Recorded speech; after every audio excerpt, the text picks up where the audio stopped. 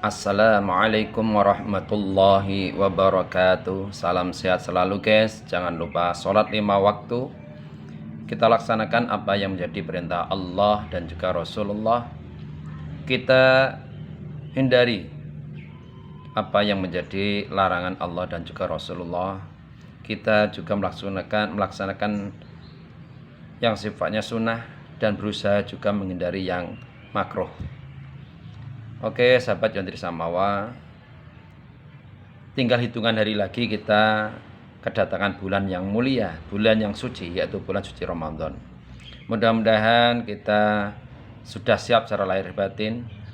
Paling tidak kita sambut dengan gembira, dengan senang hati datangnya bulan Ramadan. Mudah-mudahan kita semua, keluarga kita, orang-orang terdekat kita, orang-orang tercinta kita senantiasa diberi kesehatan, dan nanti bulan Ramadan bisa melaksanakan perintah-perintah Allah, melaksanakan kewajiban, ibadah, melaksanakan ibadah sunnah juga, melaksanakan amal-amal kebaikan yang lainnya juga. Allahumma amin. Mudah-mudahan kita mendapatkan ridha Allah Subhanahu wa taala. Sekali lagi bagi sahabat Yontri Samawa yang belum subscribe, mohon ikut subscribe. Mudah-mudahan dengan banyak yang subscribe dan video-video yang ada di Yontri Samawa ini banyak yang nonton dan banyak yang tergugah ingin ikut berinfak atau beramal jariah untuk pembangunan masjid di Jalan Raya Nasional Ngawi Solo, Dusun Dungmiri, Kecamatan Mantingan, Kabupaten Ngawi yang terletak di selatan jalan. Mudah-mudahan juga menjadi sarana mengajak orang dan orang itu mau melakukan kebaikan. Maka insya Allah yang mengajak juga dapat pahala kebaikan yang seperti yang dilakukan oleh orang yang telah diajak tersebut. Mudah-mudahan kita tergugah hatinya untuk ikut meng-share atau menyebarluaskan channel ini dengan niat ibadah kepada Allah, mengajak kepada orang lain untuk ikut berinfak dan beramal jariah. Mudah-mudahan jika mereka mau, setelah kita ajak, kita juga mendapatkan pahala yang sama. Allahumma amin. Pada kesempatan kali ini kami ingin membahas secara spesifik apa itu batu penyumbat kencing. Kadang orang menyebutnya itu batu ginjal, padahal sebagian besar yang sudah sampai taraf menyumbat, kadang-kadang pipis netes atau mampet total, itu malah bukan batu ginjal. Di batu ginjal itu biasanya nyeri bagian pinggang, kalau ginjal kanannya kanan, kalau kiri-kiri tembus ke perut depan. Itu ciri-ciri batu ginjal.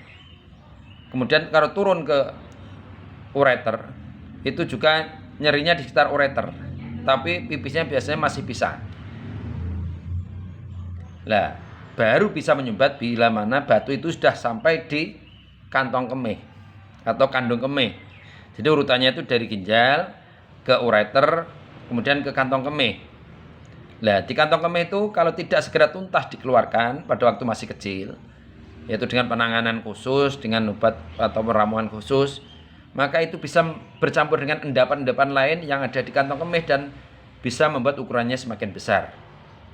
Akibatnya itu saat kita buang air kecil bisa menyumbat antara kantong kemih ke uretra atau ke keluarnya air kencing, atau mohon maaf untuk laki-laki ke batang Mr. P.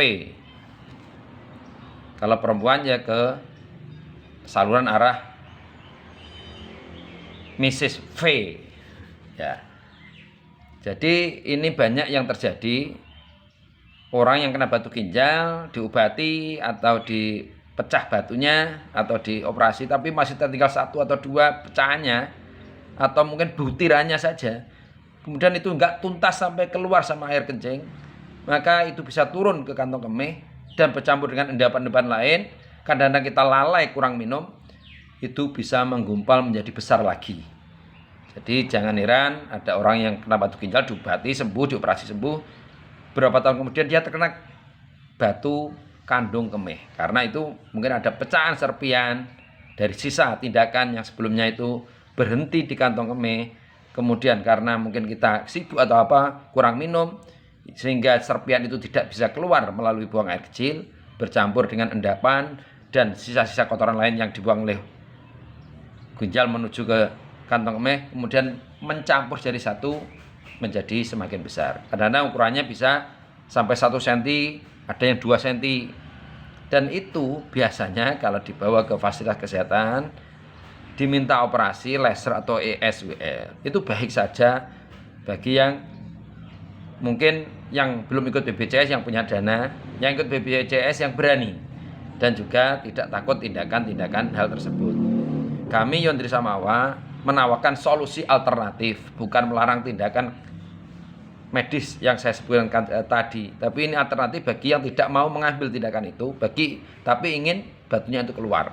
Insya Allah kami memiliki metode untuk mengeluarkan batu yang ada di kantong kemih atau yang mungkin sudah sampai ke taraf menyumbat pipis sehingga mampet atau hanya netes. Insya Allah ini nggak mahal, metode dan obatnya ini di bawah 100.000. Insya Allah ada yang keluar tanpa darah sehingga kemungkinan infeksinya kecil, ada yang keluar batunya terus ada tetesan darah, itu harus segera minum antibiotik untuk mencegah terjadinya infeksi. Jadi sekali lagi bagi sahabat Yondri Samawa yang mengalami kencing mampat atau hanya netes dan punya riwayat batu ginjal, kemungkinan itu adalah serpian batu ginjal yang tidak tuntas keluar bersama air kencing sehingga membesar di kantong kemih dan akhirnya menyumbat ke saluran uretra atau ke saluran alat vital. Jadi kami menawarkan solusi alternatif bagi yang menghendaki batu tersebut bisa keluar tanpa operasi, tanpa ESWL atau tanpa laser. Insya Allah sudah banyak yang berhasil dan itu juga pertama adalah karena Allah Subhanahu wa taala. Jadi semua penyakit yang bisa menyembuhkan adalah Allah Subhanahu wa taala. Manusia, obat, alat kesehatan itu hanyalah sarana saja atau perantara saja. Terima kasih sahabat Yondri Samawa, sekali lagi mulai kemarin kita sudah terapkan tidak menerima sharing kesehatan yang sifatnya komitmen membayar biaya infak nitip atau transfer ikhlasnya setelah konsultasi, karena pertimbangan yang telah saya sampaikan kemarin. Sehingga mulai kemarin dan hari-hari kedepannya insya Allah hanya melayani yang siap nitip infak sebelum sharing kesehatan. Terima kasih, semoga bermanfaat bagi kita semua. Jangan lupa waktu puasa pada setelah kita berbuka harus juga banyak minum air putih. Kita gantikan air minum putih di siang hari, di malam hari kita jadwal 10 menit atau 20 menit sekali kita minum 200 ml air putih sampai kita mau tidur. Insya Allah kita akan mengalami yang sifatnya kesehatan di saluran kencing.